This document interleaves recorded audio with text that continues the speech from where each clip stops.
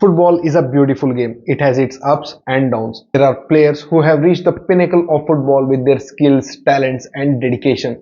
But on the flip side, there are players who are left behind not just because they lack the talent or the dedication, but also because of the bad thing it attracts. Paul Gascoigne, a player who was so skilled, so talented, a player who put South American players to shame with his beautiful dribbling skills.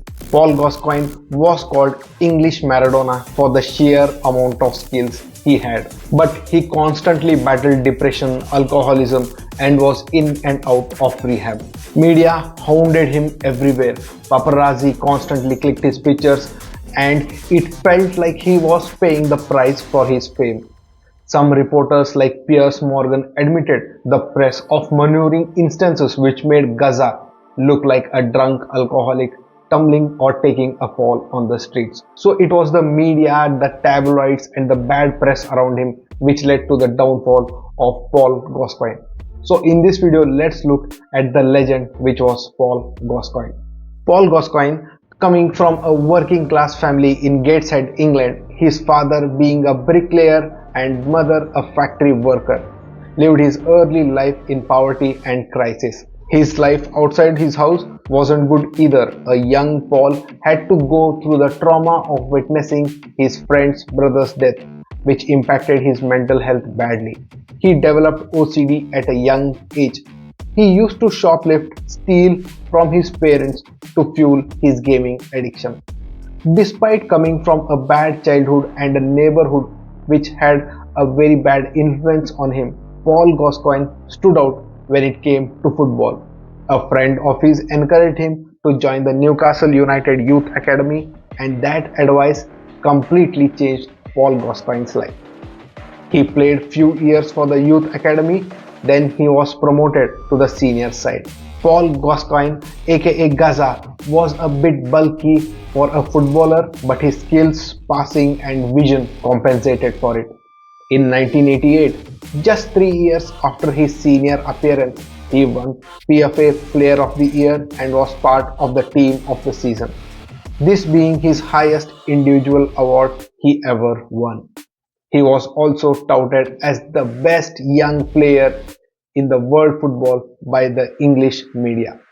His time after this was filled with constant transfer speculation.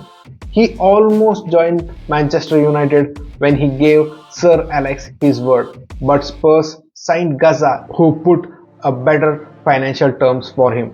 This missed opportunity for Manchester United makes me wonder what GAZZA's life trajectory would have been, because Spurs were in financial turmoil at that time and he was bought just so they could sell him for a profit in the next few years.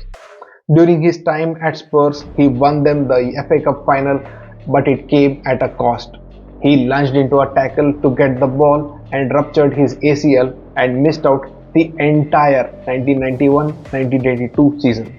The next season, he moved to LAZIO, where his choice of words got into bad books of the owner from the first day, who had spent 6 million to bring him there. GAZZA's wild, uncultured attitude got the worst out of him at times, and he vulgarly commented on Lazio's owner, Sergio Craganotti's daughter. His time at Lazio was average. He was overweight, unprofessional and partied most of the time. His international career, however, was good.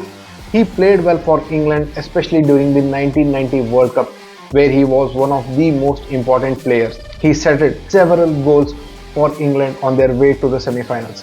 Brian Robson, the English manager, praised him for being the best footballer in the world after Maradona. Such were his performances. In the semi-final against West Germany, he excelled and was constantly giving problems to West Germany's defense. But things came to bitter end when he received a yellow card, and having received a card earlier meant if England go through the final, they will have to do it without GAZZA. This broke his heart, but he played all the 120 minutes, but England were dumped out on penalties, and that broke GAZZA's heart and tears flooded. Till then, the fans never saw this emotional side of footballers. They were always considered as athletes playing a sport for money with no personal attachments involved. But GAZZA, crying his heart out, showed the fans this emotional side. He was consoled by his teammates on the pitch but also by his fans. GAZZA mania, which started at this World Cup, ended bitterly. After GAZZA's spell at LAZIO, he switched several clubs, won the Scottish League with Rangers, but he constantly battled depression, alcoholism, and was in and out of rehab. Media hounded him everywhere, paparazzi constantly clicked his pictures, and it felt like he was paying the price for his fame.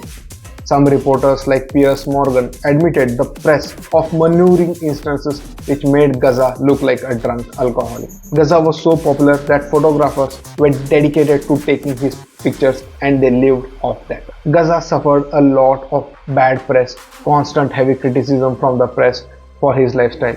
He used to have blackouts because of his excessive alcohol consumption, and when he retired, there were doubts about his mental health. GAZZA's life was never normal. It had its ups and downs. But the question which always stays in my mind is, what if GAZZA had that equal amount of dedication for his game as his skills? He would have been among the elite. GAZZA's life will always be a big what if. So this was my video guys on Paul Gascoigne. If you like this video, please subscribe to my channel. It helps a lot. I'll be coming up with more footballing videos like this, so please stay tuned to my channel. If you have any comments, please leave them in the comment section. I'll meet you in the next video. This is Subhash Yadav signing off.